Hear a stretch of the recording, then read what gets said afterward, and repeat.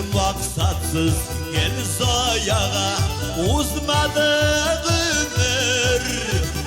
İster misiniz yaşayabiliriz Allah'a şükür.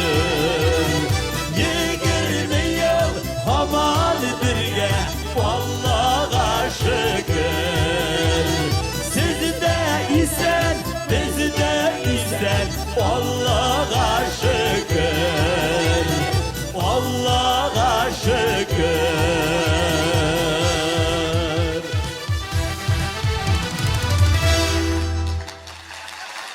Hayırlı iş, isen misiniz? Hürmetli milletteşler, hürmetli tamaşaçılar, kazanımız konakları hem kazandılar.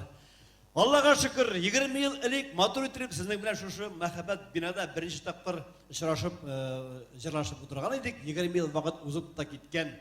Etken sözünde var idi, 20 yılga teklim var jite alsam, indi sahneden gitsek de yaraydı etken edik. Şu günde gidip jitti. Şuna göre başta şunday uylar yürüy. Şuna göre tuğanlarınızga, yakınlarınızga, dostlarınızga etip kalırız. Konsertga bel kelip kalsınlar. Aldağısın Allah bile. Çünkü men sizge öpkem yok, siz de meni öpkerge teşekkür siz bik matur yaşadık 20 yılında. Bir tapkırda burslal ko'rsatmadingiz, nechik bor shunday qabul etdingiz. Sahna endi ol albatta motorlikni yarata. Motorlikni yarata sahna, yoshlikni yarata. Bunday avtoritet bilan har sahnada yurib bik kelishib bitmas. Ulu kishiga. Shunga ko'ra jırlarımızda shundayroq bo'lur, hurmatli mushahidlar, birinchi shunda yoshlikka to'g'ri kelgan. O'zimning yoshga to'g'ri kelardik jırlar sayladik. Shularning birinchisi